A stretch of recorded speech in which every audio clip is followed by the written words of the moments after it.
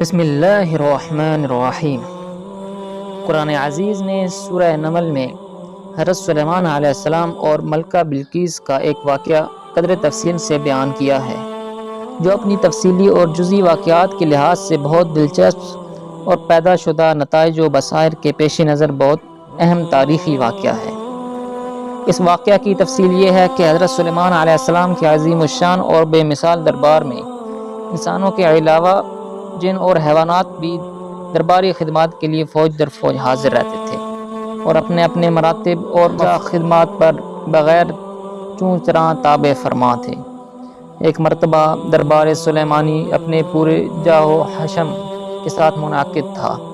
حضرت سلیمان علیہ السلام نے جائزہ لیا تو ہدہد کو اپنی جگہ پر غیر حاضر پایا۔ ارشاد فرمایا، میں ہدہد کو موجود نہیں پاتا۔ اگر واقعی وہ غیر حاضر ہے تو اس کی یہ بے وجہ غیر حاضری سخت قابل سزا ہے، اس لیے میں اس کو یا تو سخت عذاب دوں گا یا ذبح کر ڈالوں گا، ورنہ یا پھر وہ اپنی غیر حاضری کی معقول وجہ بتائے۔ ابھی زیادہ وقت نہیں ہوا تھا کہ ہدہد حاضر ہو گیا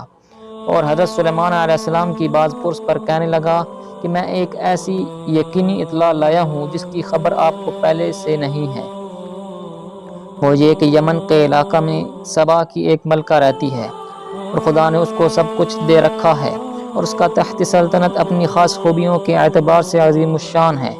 ملکہ اور اس کی قوم آفتاب پرست ہے اور شیطان نے ان کو گمراہ کر رکھا ہے۔ وہ مالک کائنات پروردگار عالم وحدہ لا شریک کی پرستش نہیں کرتے۔ حضرت سلیمان علیہ السلام نے فرمایا، اچھا تیرے سچ جھوٹ کا امتحان ابھی ہو جائے گا، تو اگر سچا ہے تو یہ میرا خط لے جا اور اس کو ان تک پہنچا دے اور انتظار کر کے وہ اس کے متعلق کیا گفتگو کرتے ہیں۔ ملکہ کی گود میں جب خط گرا تو اس نے اس کو پڑھا اور پھر اپنے درباریوں سے کہنے لگی کہ ابھی میرے پاس ایک معزز مکتوب آیا ہے جس میں یہ درج ہے، یہ خط سلیمان علیہ السلام کی جانب سے ہے اور اللہ کے نام سے شروع ہے جو بڑا مہربان رحم والا ہے۔ تم کو ہم پر سرکشی اور سربلندی کا اظہار نہیں کرنا چاہیے اور تم میرے پاس خدا کے فرما بردار ہو کر آؤ۔ ملکہ سبا نے خط کی عبارت پڑھ کر کہا، اے میرے ارکان دولت، تم جانتے ہو کہ میں اہم معاملات میں تمہارے مشورے کے بغیر کبھی کوئی اقدام نہیں کرتی، اس لیے اب تم مشورہ دو کہ مجھ کو کیا کرنا چاہیے۔ ارکان دولت نے کہا کہ جہاں تک مرغوب ہونے کا تعلق ہے تو اس کی قطعاً ضرورت نہیں، کیونکہ ہم زبردست طاقت اور جنگی قوت کے مالک ہیں۔ رہا مشورہ کا معاملہ تو فیصلہ آپ کے ہاتھ میں ہے، جو مناسب ہو اس کے لیے حکم کیجیے۔ ملکہ نے کہا، بے شک ہم طاقتور اور صاحب شوکت ہیں، لیکن سلیمان علیہ السلام کے معاملہ میں ہم کو عجلت نہیں کرنی چاہیے۔ پہلے ہم کو اس کی قوت و طاقت کا اندازہ کرنا ضروری ہے، کیونکہ جس عجیب طریقہ سے ہم تک یہ پیغام پہنچا ہے وہ اس کا سبق دیتا ہے کہ سلیمان کے معاملہ میں سوچ سمجھ کر قدم اٹھانا مناسب ہے۔ میرا ارادہ یہ ہے کہ چند قاصد روانہ کروں اور وہ سلیمان کے لیے عمدہ اور بیش بہا تحائف لے جائیں۔ اس بہانہ سے وہ اس کی شوکت و عظمت کا اندازہ لگا سکیں گے اور یہ بھی معلوم ہو جائے گا کہ وہ ہم سے کیا چاہتا ہے۔ اگر واقعی وہ زبردست قوت و شوکت کا مالک اور شہنشاہ ہے تو پھر اس سے ہمارا لڑنا فضول ہے، اس لیے کہ صاحب طاقت و شوکت بادشاہوں کا یہ دستور ہے کہ جب وہ کسی بستی میں فاتحانہ غلبہ کے ساتھ داخل ہوتے ہیں تو اس شہر کو برباد اور باعزت شہریوں کو ذلیل و خوار کر دیتے ہیں، اس لیے بے وجہ بربادی مول لینے کی کیا ضرورت ہے۔ جب ملکہ سبا کے قاصد تحائف لے کر حضرت سلیمان علیہ السلام کی خدمت میں حاضر ہوئے تو انہوں نے فرمایا، تم نے اور تمہاری ملکہ نے میرے لیے پیغام کا مقصد غلط سمجھ لیا۔ کیا تم یہ چاہتے ہو کہ ان ہدیہ کے ذریعے جن کو تم بیش بہا سمجھ کر مسرور ہو مجھ کو پھسلاؤ؟ حالانکہ تم یہ دیکھ رہے ہو کہ خدا تعالیٰ نے مجھ کو جو کچھ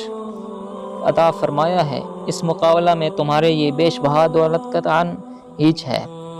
لہذا تم اپنے ہدیہ واپس لے جاؤ اور اپنی ملکہ سے کہو کہ اگر اس نے میرے پیغام کی تعمیل نہیں کی تو میں ایسے عظیم الشان لشکر کے ساتھ سبا والوں تک پہنچوں گا کہ تم ان کی مدافعت اور مقابلہ سے عاجز رہو گے اور پھر تم کو ذلیل و رسوا کر کے شہر بدر کر دوں گا۔ قاصدوں نے واپس جا کر ملکہ سبا کے سامنے تمام روداد سنائی اور حضرت سلیمان علیہ السلام کی شوکت و عظمت کا جو کچھ مشاہدہ کیا تھا وہ حرف بہ حرف سنایا، اور بتایا کہ اس کی حکومت صرف انسانوں ہی پر نہیں ہے بلکہ جن اور حیوانات بھی اس کے تابع فرما اور مسخر ہیں۔ ملکہ نے جب یہ سنا تو طے کر لیا کہ حضرت سلیمان علیہ السلام سے لڑنا اپنی ہلاکت کو دعوت دینا ہے، بہتر یہی ہے کہ اس کی دعوت پر لبیک کہا جائے۔ حضرت سلیمان علیہ السلام کے مکتوب گرامی میں یہ جملہ بھی تھا، وَأُوتُونِي مُسْلِمِينَ۔ چونکہ ملکہ سبا حضرت سلیمان علیہ السلام کے دین و مذہب سے ناواقف بھی، اس لیے اس نے لفظ مسلم کو لغوی معنی محمول کرتے ہوئے یہ سمجھا کہ قاہر بادشاہوں کی طرح سلیمان علیہ السلام کا مقصد بھی یہ ہے کہ میں اس کی فرما برداری اور شان حکومت کا اعتراف کرتے ہوئے اس کے ماتحت ہو جانا قبول کر لوں۔ لہذا اس نے یہ طے کر کے سفر شروع کر دیا اور حضرت سلیمان علیہ السلام کی خدمت میں روانہ ہو گئی۔ حضرت سلیمان علیہ السلام کو وحی کے ذریعہ معلوم ہو گیا کہ ملکہ سبا حاضر خدمت ہو رہی ہے۔ تب آپ نے اپنے درباریوں کو مخاطب کر کے فرمایا، میں چاہتا ہوں کہ ملکہ سبا کے یہاں پہنچنے سے پہلے اس کا تخت شاہی اٹھا کر یہاں لے آیا جائے۔ تم میں سے کون اس خدمت کو انجام دے سکتا ہے؟ یہ سن کر ایک دیو پیکر جن نے کہا کہ آپ کے دربار برخاست کرنے سے پہلے میں تخت کو لا سکتا ہوں، مجھ کو یہ طاقت حاصل ہے، اور یہ کہ میں اس کی بیش بہا سامان کے لیے امین ہوں، ہرگز خیانت نہیں کروں گا۔ دیو پیکر کا یہ دعویٰ سن کر حضرت سلیمان علیہ السلام کے وزیر نے کہا کہ میں آنکھ جھپکتے اس کو آپ کی خدمت میں پیش کر سکتا ہوں۔ حضرت سلیمان علیہ السلام نے رخ پھیر کر دیکھا تو ملکہ سبا کا تخت موجود پایا۔ فرمانے لگے، یہ میرے پروردگار کا فضل و کرم ہے، وہ مجھ کو آزماتا ہے کہ میں اس کا شکر گزار بنتا ہوں یا نافرمان، اور حقیقت تو یہ ہے کہ جو شخص اس کا شکر ادا کرتا ہے وہ دراصل اپنی ذات ہی کو نفع پہنچاتا ہے، اور جو نافرمانی کرتا ہے تو خدا اس کی نافرمانی سے بے پرواہ اور بزرگ تر ہے، اور اس کا وبال خود نافرمانی کرنے والے پر ہی پڑتا ہے۔ خدا تعالیٰ کے ادائے شکر کے بعد حضرت سلیمان علیہ السلام نے حکم دیا کہ اس تخت کی ہیئت میں کچھ تبدیلی کر دی جائے۔ میں دیکھنا چاہتا ہوں کہ ملکہ سبا دیکھ کر حقیقت کی طرف رایاب ہوتی ہے یا نہیں۔ کچھ عرصہ کے بعد ملکہ سبا حضرت سلیمان علیہ السلام کی خدمت پہنچ گئی، اور جب دربار میں حاضر ہوئی تو اس سے دریافت کیا گیا، کیا تیرا تخت ایسا ہے؟ عقل مند ملکہ نے جواب دیا، ایسا معلوم ہوتا ہے گویا وہی ہے، یعنی تخت کی ساخت اور مجموعی حیثیت تو یہ بتا رہی ہے کہ یہ میرا ہی تخت ہے، اور قدر ہیئت کی تبدیلی اس یقین میں تردد پیدا کر رہی ہے، اس لیے یہ بھی نہیں کہہ سکتی کہ یقیناً میرا ہی تخت ہے۔ ملکہ سبا نے ساتھ ہی یہ بھی کہا، مجھ کو آپ کی بے نظیر اور عظیم المثال قوت و طاقت کا پہلے سے علم ہو چکا ہے، اس لیے میں مطیع اور فرما بردار بن کر حاضر خدمت ہوئی ہوں، اور اب تخت کا یہ محیر العقول معاملہ آپ کی لاسانی طاقت کا تازہ مظاہرہ ہے، اس لیے ہم پھر ایک مرتبہ آپ کی خدمت میں اظہار وفاداری و فرما برداری کرتے ہیں۔ ملکہ نے یقین کرا لیا، کننا مسلمین، ہم فرما بردار ہیں کہہ کر ہم نے سلیمان علیہ السلام کے پیغام کی تعمیل کر دی اور اس کے مقصد کو پورا کر دیا، اور ملکہ کی مشرکانہ زندگی اور آفتاب پرستی مانے آئی۔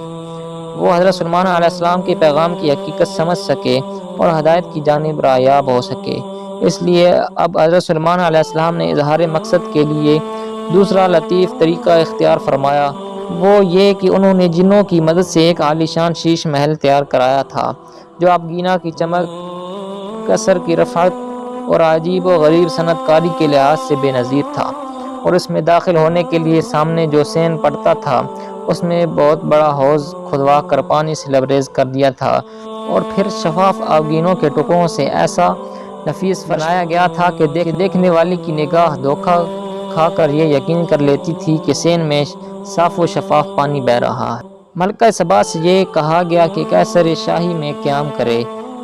ملکہ محل کے سامنے پہنچی تو شفاف پانی بہتا ہوا پایا۔ یہ دیکھ کر ملکہ نے پانی میں اترنے کے لیے کپڑوں کو ساکھ سے اوپر چڑھایا تو حضرت سلیمان علیہ السلام نے فرمایا، اس کی ضرورت نہیں ہے، یہ پانی ہے، سارے کا سارا محل اور اس کا خوبصورت سین چمکتے ہوئے آبگینا کا ہے۔ ملکہ کی ذکاوت و فطانت پر یہ سخت چوٹ اب سمجھا کہ اس وقت تک یہ جو کچھ ہوتا رہا ہے ایک زبردست بادشاہ کی قاہرانہ طاقتوں کا مظاہرہ نہیں، بلکہ مجھ پر یہ واضح کرنا مقصود ہے کہ سلیمان علیہ السلام کو یہ بے نظیر طاقت اور یہ معجزانہ قدرت کسی ایسی ہستی کی عطا کردہ ہے جو شمس و قمر بلکہ کل کائنات کا تنہا مالک ہے، اور اس لیے سلیمان علیہ السلام مجھ سے اپنی تابعداری اور فرما برداری کا طالب نہیں، بلکہ اسی یکتا ذات کی اطاعت کی دعوت دینا اس کا مقصد ہے۔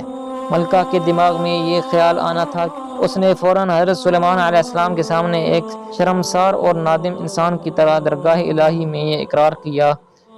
پروردگار، آج تک ماں سوائے اللہ کی پرستش کر کے میں نے اپنے نفس پر بڑا ظلم کیا، مگر اب میں سلیمان علیہ السلام کے ساتھ ہو کر صرف ایک ہی خدا پر ایمان لاتی ہوں جو تمام کائنات کا پروردگار ہے۔ اور اس طرح حضرت سلیمان علیہ السلام کے پیغام کی حقیقت مراد تک پہنچ کر اس نے دین اسلام اختیار کر لیا۔ قرآن عزیز نے ملکہ سبا کے اس واقعے کو ایسے معجزانہ اختصار کے ساتھ بیان کیا ہے کہ واقعہ بیان کرنے سے جو حقیقی مقصد ہے یعنی تذکرہ وہ بھی نمایاں، واقعے کے اہم اور ضروری حصے بھی ذکر میں آ جائیں، اور ساتھ ہی یہ بھی معلوم ہو جائے کہ حضرت سلیمان علیہ السلام کو علم منطق الطیر عطا ہونے کا جو پہلی آیات میں ذکر ہے، اس کی شہادت کے لیے دوسرا واقعہ ہے جو ہدہد پرندہ حضرت سلیمان علیہ السلام کے مکالمے سے شروع ہوتا ہے۔